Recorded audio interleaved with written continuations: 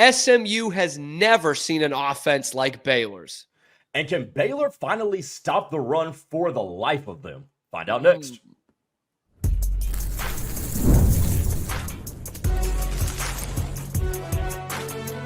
You are Locked On College Crossover, part of the Locked On Podcast Network.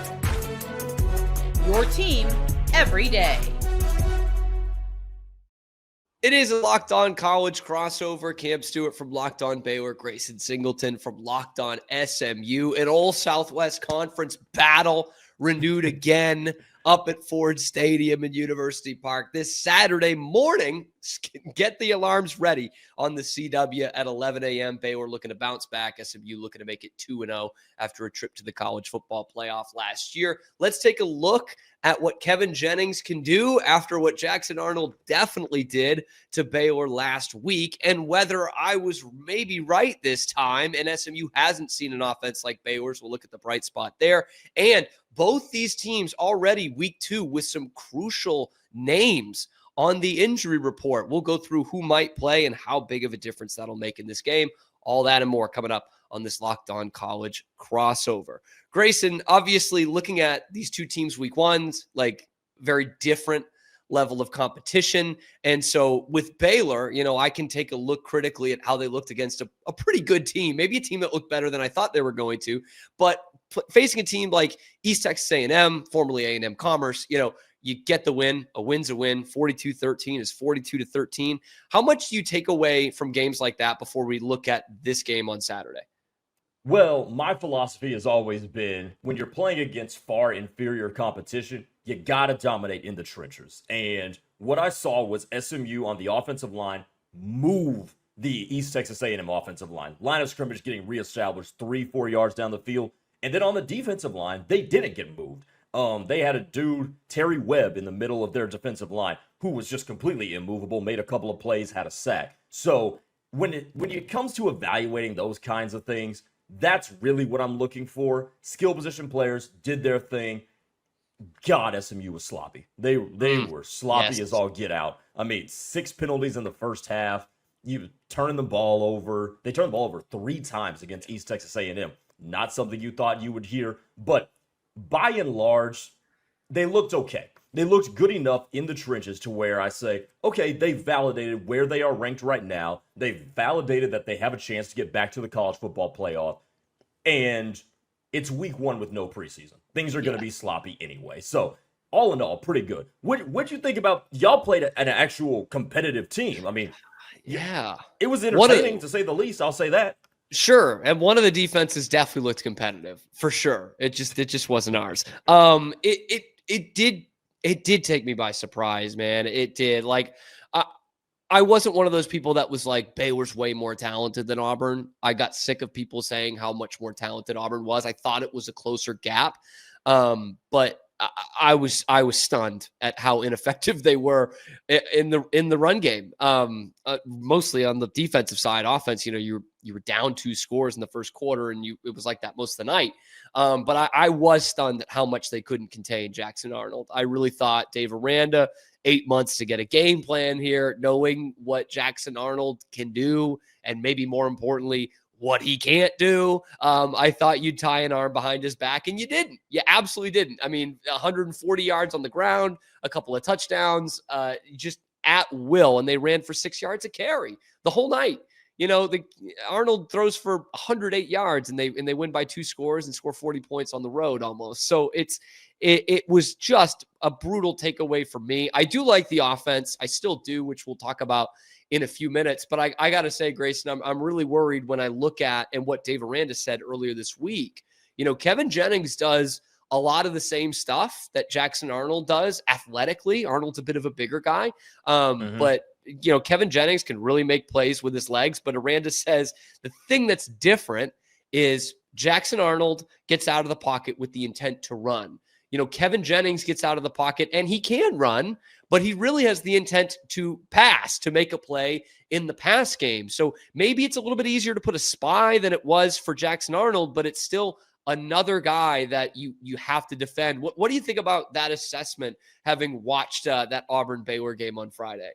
Well, I tell you what, the fact that Dave Aranda couldn't look at the Oklahoma-Alabama game from last year and come up with a game plan for Jackson Arnold is a crime in and of itself, because the game plan that Auburn just ran out and bludgeoned Baylor with was exactly what Oklahoma did to upset Alabama at home last year, late in the season. So to me, that's a little bit inexcusable. When it comes to Kevin Jennings versus Jackson Arnold, here's what I think you have to realize. Jackson Arnold is 40 pounds heavier than Kevin Jennings. I may be overselling that, but you get the point. SMU's not going to run a whole bunch of quarterback power with Kevin Jennings, who's a little bit more wiry. He's 6'3", 195 pounds. They're not going to be running him like a fullback into the Baylor defensive line. What Kevin Jennings does is what you just highlighted. When he gets out of the pocket, he is still a threat as a thrower. Jackson Arnold's going to look to get north and south, where KJ, he's going to like matriculate around and kind of keep his options open, looking for somebody to sling it to. So in terms of that, Baylor, I think, is going to be more susceptible to the over-the-top plays from SMU. And SMU hit East Texas A&M with a couple of them. But one of them was on a Kevin Jennings rollout, and Jalen Cooper sneaks out behind the defense, long touchdown. I think that's where Baylor's going to be susceptible if they let Kevin Jennings get out of the pocket. Because unlike Jackson Arnold, Kevin Jennings is still eyes downfield like a pro-style quarterback looking to get rid of it. Yeah, and you saw that on Saturday, and certainly saw that last year in the college football playoff run as well. If Jackson Arnold could do that, man, Oklahoma might have been in the semifinals last year.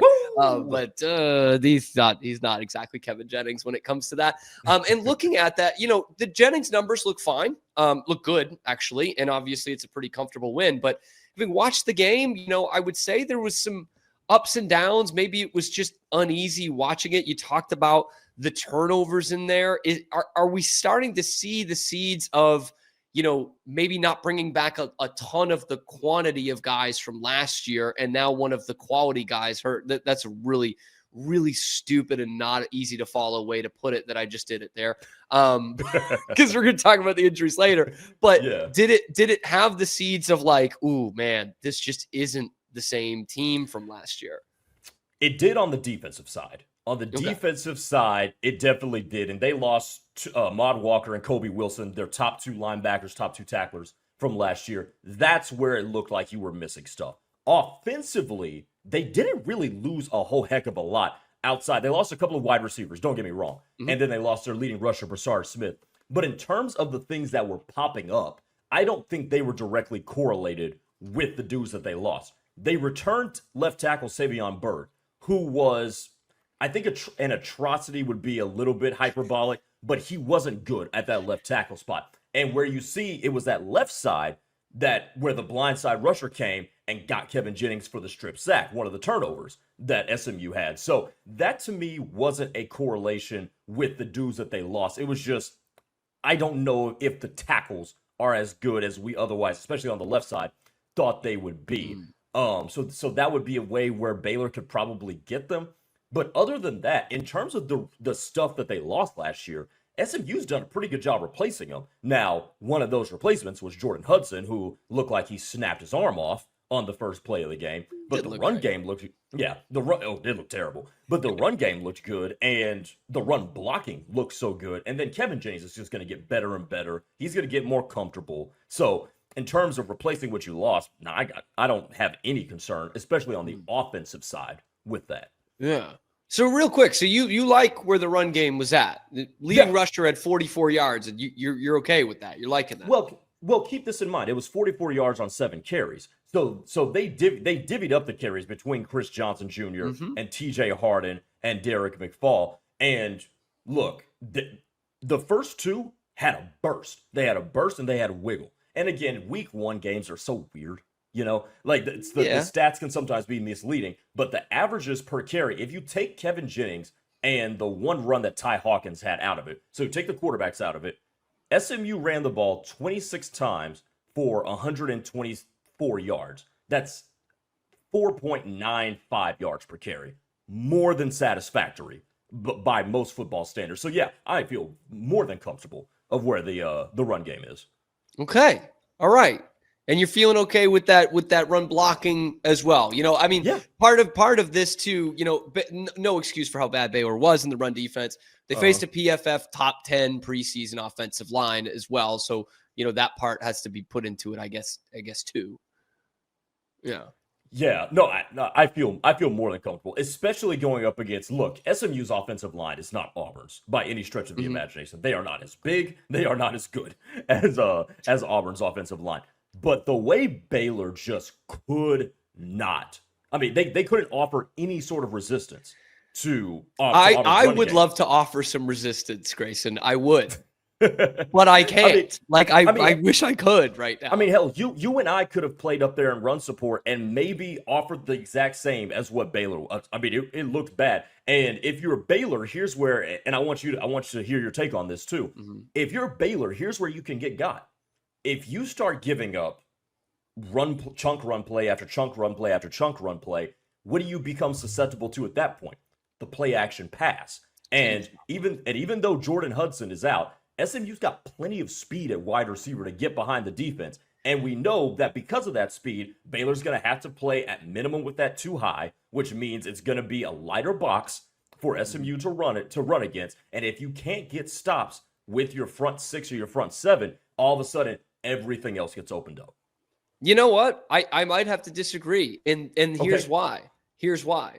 Because Auburn ran for 300 yards on Friday night, and Dave Aranda didn't get out of the too high the entire game. So he is so committed to not being beaten over the top on the play action pass that might be why. You might run for 300 more yards, but damned if you're not going to beat those too high.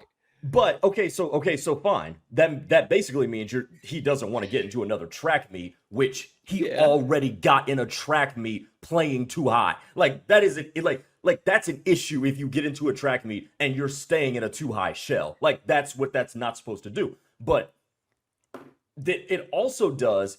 The play action doesn't just open up deep down the field, right? Sure. It opens up the intermediate too, which SMU with RJ Maryland kicking out to wide receiver now and playing a lot in the slot. Matthew Hibner is a tight end that can own the middle of the field. And then you've got guys running crossers all around the place. You can still be susceptible to the play action path, even if you're hell bent on making sure nobody bombs you over the top. Sure. And this is where I do think that, I mean, Baylor's tackling was awful. And I know every team starts at the same spot, but I'm going to say, like, from week 1 to week 2, there has to be a natural progression there. Like, it has to naturally get better. But again, everyone was starting at the same point, and Baylor looked way worse than Auburn did. Anyway, coming up next, the bright spot of Baylor's game against Auburn was the offense. Is that going to overwhelm SMU? Let's talk about it next on this Locked On College crossover. But first, today's episode, this crossover edition, is brought to you by our friends over at Supply House. When the opening whistle blows on a new repair, get your crew moving forward with Supply House. Order today and see the parts on your doorstep tomorrow. Over 280,000 plumbing, HVAC, and electrical items from the most trusted brands in the business. Their real-time inventory and honest lead times keep you from punting projects, while their industry-leading customer service always has your blind side covered. Need parts fast for a project? Supply House has next-day delivery. Talk about a game breaker. Join the free Trade Master program today and score serious perks like priority shipping, lower prices, and a dedicated support line. Visit supplyhouse.com to sign up for free and use the promo code SHCollege5. That's SH for Supply House College 5 for 5% off your first order. That's supplyhouse.com. Real people, real service. Today's episode is also brought to you by our friends over at Rougiette Ready. Look, you guys have heard of Viagra, Cialis. Maybe you've even used them. But if you're looking for something beyond the usual pill, it's time to meet Rougiette Ready. Rougiette Ready is a next-gen prescription treatment designed to amplify arousal in the brain and boost blood flow. Unlike the usual pills that can take hours, Rougiette's 3-in-1 formula dissolves under your tongue and kicks in fast, on average in 15 minutes. Effects can last up to 36 hours, so you can stay confident and in control when the moment is right. Over 150,000 men have already made the switch. So head to Rougiette.com/LockedOnCollege and use the code LockedOnCollege to get 50% off today. That's RUGIET gameday.com/lockedoncollege and use the promo code lockedoncollege for 15% off. Individual results may vary with prescription treatment. Compounded drugs are permitted to be prescribed under federal law, but are not FDA approved and do not undergo FDA safety, effectiveness, or manufacturing reviews. So please visit the Rougiette website for full safety information. Hey, real quickly, before we get back to the show, we have an important request for all of you. Locked On wants to hear from you. We've put together a survey to learn more about our listeners and make our favorite podcast even better. This is your chance to tell us what you like and what you don't, so answer questions about our advertising as well. Go to lockedonpodcast.com/survey to get started. Everyone who completes a survey will be entered for a chance to win one of 10 $100 Amazon gift cards. Again, that's lockedonpodcast.com/survey. You can also find the link in the show notes. And now back to the show. Crossover edition, Locked On Baylor, Locked On SMU. Grayson, one of the only real positives I could take from Baylor's week 1 loss to Auburn was that the offense still looked pretty good. Now, they left some points on the table, but I think America watching that is saying, okay, Baylor can still play some offense here. Was that what you got as an outsider watching? Yeah. I did, but I don't know if the way they played offense was the best way. Because one, they kind of abandoned the run game pretty early, so they became really one-dimensional. Which, let me tell you, against SMU could work in your favor. It's a double-edged sword against SMU. I'll say that, but I'll save that for a minute. Sawyer Robertson. Here's what I was going to ask you about. Sawyer Robertson threw the ball 48 times. Now, 419 pass yards, 3 touchdowns, but he only completed 27 of them. So my question to you was, with the fact that they completely punted on the run game and Sawyer Robertson was 27 of 48, not the most efficient, do you think that the way they did that is going to be sustainable as you go throughout the season?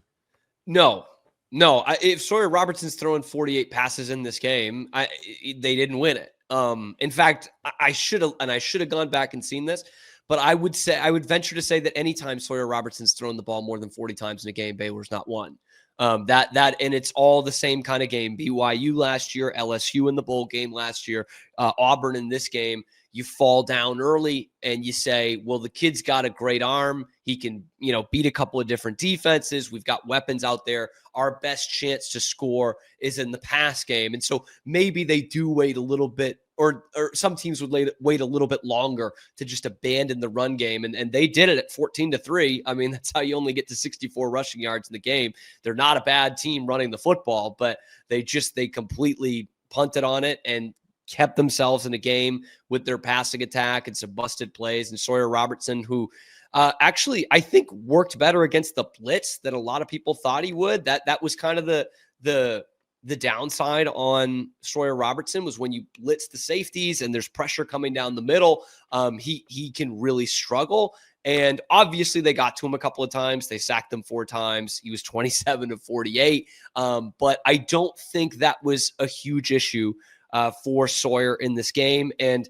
completed passes to 8 different guys. Like that, to me, that's what so impressed me. His 2 leading receivers were, a tight end who didn't really get into it until middle of the year last year, and a transfer, Cole Wilson. Yeah, Trigg was uncoverable in this game. Michael Trigg concerns me. What jumped out to me too, they didn't use Kobe Prentice a whole lot. The transfer from Alabama, speedster, good route runner, good hands. I was kind of surprised when I looked at the box score after the game, and I only see Kobe Prentice caught 2 balls for 38 yards. Great, so he made explosive plays, but and you would see more of him. And what is interesting to go off of that too is he had a touchdown. And so we thought we would have heard his name more, and he scores on a 4th down touchdown. So that's where I see it. And I'm like, look, it's not going to work against Auburn right now because you've already lost the game. But the fact that there's a line of trust from Jake Spavital, the OC, to his quarterback, and his quarterback specifically to anyone out there. He completes a touchdown pass to a true freshman running back. You know what I mean? If you're open, you're getting the football. He's not one of those guys that gets nervous and is just like, ooh, I need to find Michael Trigg because he's 6'4". He was really spreading it out. And yeah, Kobe Prentice did not play a lot in this game.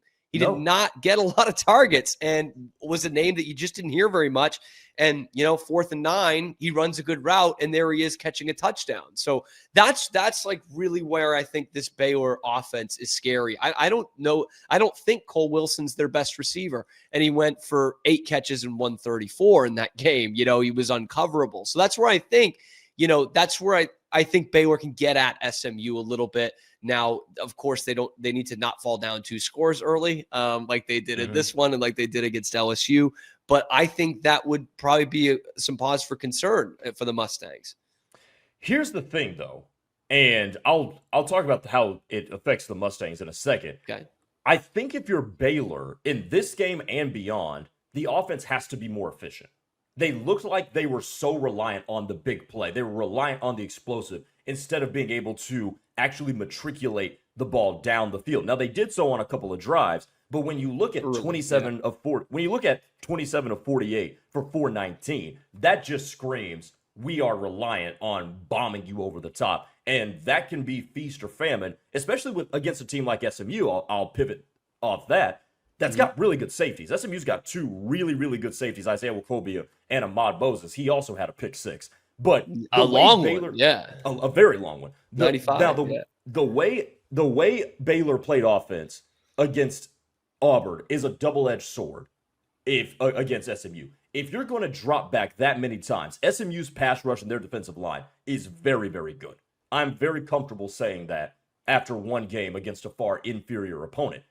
Okay. The flip side to that coin is, though, SMU's corners, that one can be interesting because they've got a solidified corner on one side of the field with Deuce Harmon, but Speedy Nettles was on the other side and he was fine, I guess. Their nickel spot still seems like it's up in the air with 3 guys. So that's part of the secondary can be had. And I think right now, at least before you assess the Alex Kilgore injury and who's going to play behind him, if you had to pinpoint a weakness in the SMU defense, it's the corner opposite of Deuce Harmon, and it's whoever is playing that nickel spot right now because it just wasn't fantastic in game 1. And that opens you up to be able to, get run through down the seams, over the middle of the field if you get caught in man coverage and stuff like that. So I think that's the 2 sides of that coin with Baylor's offense versus SMU's defense.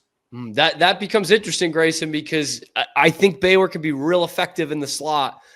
Kobe Prentice is one of those guys. Yes. Ashton Hawkins is one of those guys. Cole Wilson will probably play most of his snaps in the slot. Michael Trigg, if you put him out there in the slot too. That was the other thing I was going to mention. You could put Trigg out there. He's athletic enough that you can. And if you spread it out like they're going to, then you're isolating potentially a linebacker in coverage. And that's just a cheat code for these big athletic tight ends, no matter who it is. And SMU might be down a linebacker for this game. How about let's talk the injury report? It's robust in terms of quality, maybe not quantity, but robust for both these teams heading into week 2. Let's see who it affects more next on this Locked On College crossover.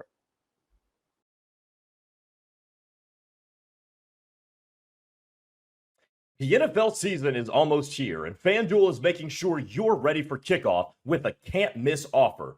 Right now, new customers can bet just $5, and if your bet wins, you'll get $300 in bonus bets to use across the app. I love using FanDuel because it fits however I prefer to bet that particular day. Player props, building a same-game parlay, or even jumping in with live bets as the action is already starting to unfold. So are you ready to play? Download the FanDuel app now by visiting FanDuel.com to get started. That's FanDuel.com to place your first $5 bet. We're also brought to you today by Game Time. College football is back, and as you can tell, Cam and I cannot even be more excited. The tailgates, rivalries, energy in the stands, and there's just nothing like it, man. But let's be real, actually getting the tickets can be more of a hassle and more of a battle than even the game that you're watching on the screen or trying to get to. Endless queues, hidden fees, and prices jumping at checkout. But that's why I personally use Game Time, the app that gives the advantage back to the fans. It's the easiest way to score last-minute tickets at the best prices with no surprise fees. What you see is what you pay. I love the zone deals too. You pick the section and Game Time picks the seats and you get to save big. So take the guesswork out of buying college football tickets with Game Time. Download the Game Time app, create an account, and use code LOCKEDONCollege for $20 off your first purchase. Terms apply. Again, that's promo code LOCKEDONCollege for $20 off. Swipe, tap, ticket, go. Download the Game Time app today. Back here on this Locked On College crossover, Cam Stuart, Locked On Baylor, Grayson Singleton, Locked On SMU, the old Southwest Conference rivalry back. First of all, you and I are not old enough to be able to reminisce back to the Southwest Conference. Don't ruin this. No, don't ruin this. In fact, it's been 9 years since they played, and I was a student 9 years ago. Which is wild. Yeah, I mean that used to be a fairly regular game, and now I think honestly part of it is, SMU has obviously really raised their profile the last couple of years, and the ACC move definitely raised the profile. The college football playoff appearance definitely does. But for years, that was just like having East Texas A&M as, game 1 or 2. And it's not like, in 2017, SMU became this powerhouse. But I think that's probably kept Baylor away the last couple of years. It'll probably keep TCU away for some of these years as well. TCU's already said, we're not playing this game anymore. So it's tougher, and that sucks for college football. You know what I mean? It absolutely does. That's something that came up in Dave Aranda's press conference too. He was like, this is a game that should be played. And then Jackson Posey, who's appeared on this show, asked later in the press conference, are there any plans to continue it? And he goes, not that I know of. It's like, well, which is so strange, because the College Football Playoff Committee has said that they're going to use a new metric now for selecting. They're going to penalize you less for losing to good teams, and you're also going to have your resume enhanced even more by beating a good team. So that alone, coupled with the expanded playoff, should allow you to keep playing these games. So it just seems so, I don't know if we can use that word. It just seems backwards. It seems very, very backwards what's going on with people canceling rivalries in lieu of the fact that you should be able to play more of these games, because the days of the undefeated national champion are over. That's exactly it. Like these games, for all intents and purposes, don't really mean anything, but not as much as just having them on the schedule. You know what I mean? Like Baylor, for having lost to Auburn, that sucks. But if they're 10-2 and in the Big 12 championship game at the end of the season, you're just like, oh, well, they played a good Auburn team and they hung tough with them. You know what I mean? And that's what it becomes. So, there's no reason that, it's Baylor and SMU shouldn't even be playing like an A&M or a UT. We're both Power 4, and why not? And you're getting incentivized, too, to play these games. Literally, because if you beat these things, look at what LSU did over the weekend. And I know we got to get to the injury report, but look at what LSU did over the weekend beating Clemson. If LSU ends up on the fringe of the college football playoff, you don't think we're going back to week 1, back to Labor Day weekend and saying, well, they beat Clemson. I guarantee you there probably will not be another team on the college football playoff fringe that is going to have a better win than that. Mm-hmm. Yeah, I mean, Miami might be the same way. Exactly. If Miami, has a loss that they shouldn't, and they're 10-2, and they're saying, 10-2 ACC, just the same way they would do in the Big 12, well, they beat Notre Dame. You know what I mean? And how high we all were on Notre Dame. But a Notre Dame team that was just in the championship. Right. National runner-up a year ago. Yes. But let's talk Baylor SMU, shall we? The injury report, we already love it. Again, not like a huge laundry list of guys who are missing time, but two pretty big names for both these teams now have major question marks next to it. Let's look at SMU first. Alex Kilgore gets this unbelievable pick 6 in the win on Saturday and gets injured as he's doing it. Jordan Hudson, not that Jordan Hudson, gets injured in the game as well. SMU's top returning receiver goes down. It's gruesome. It's ugly. X-rays are negative. But Grayson, you seem pretty confident he's not going to play in this one or even be any kind of effective if by some miracle he is playing. Well, he looked like his arm was going to fall off. No, yeah, it did. I don't, from what I've heard and the information that I've been able to glean, minimum 3 weeks, I think, is what we're looking at with Jordan Hudson. I don't think he's back for the TCU game. I mean, at this point, you're saying, will he be back for the conference opener against Syracuse? And that one to me is kind of where it's like, will he play or will he not? I'm confident he'll be back by the time they play the upper echelon of the ACC, but I wouldn't expect to see Jordan Hudson for the rest of non-con. And Alex Kilgore, to me, I still can't find anything definitive on him. I don't even know what the injury is. Is it an ankle? Is it a foot? If you just watch the content, if you just watch the game on TV, you're like, well, this could be a number of things. This could also be the strangest thing ever. But he did leave the game on a boot, or in a boot, on Saturday. And look, I don't know. Do I expect him to play this week? If I had to hedge a bet, I would say no. Would I be shocked if he played? Also no. But I do think that's going to be one that they get back, unless I'm missing some critical information. That could be one that they get back for TCU. And that's pretty big pieces on both sides, right? A guy who started all 14 games last year in Kilgore, and again, your top returning receiver in Hudson. Let's look at the Hudson one first. Kilgore played in all 14 games. He did not start all 14. Oh, okay. Yeah, just to clarify that. Yeah. Okay. All right. So a guy who brings some snaps, but maybe not necessarily the starts. Yes. Looking at Jordan Hudson, you say Baylor's susceptible to some play action passes, maybe the big pass play over the top. We're still a little uncertain on this Baylor secondary. Taking Hudson out of the game plan, how much does that change things?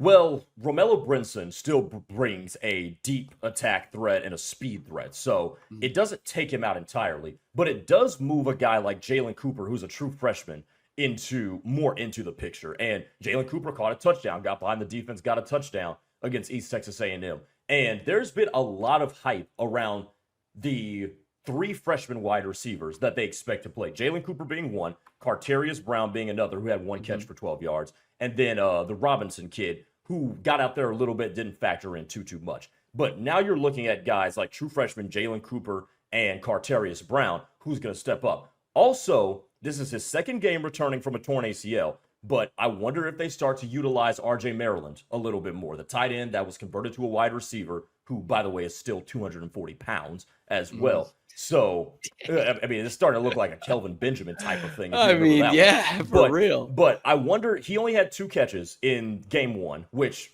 okay, cool. He's coming back. He's wearing a big old brace, but he's coming back off of an ACL. I'm wondering if they utilize him more in this one, in lieu of the injury to Jordan Hudson. He was a menace at South Lake Carroll, by the way. Yes, he Baylor was. fans, you'll remember him. You'll remember his dad, of course, playing for the Cowboys as well, Russell.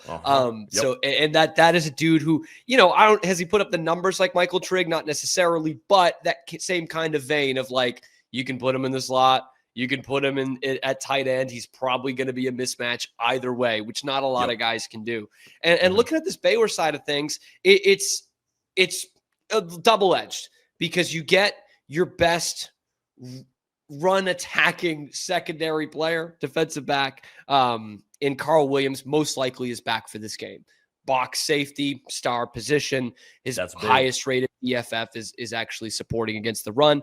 But you're probably not going to have Jackie Marshall in this. The best player on your defensive line, decent at getting to the passer, but mostly at drawing a lot of attention in the middle of the defense and stuffing the run.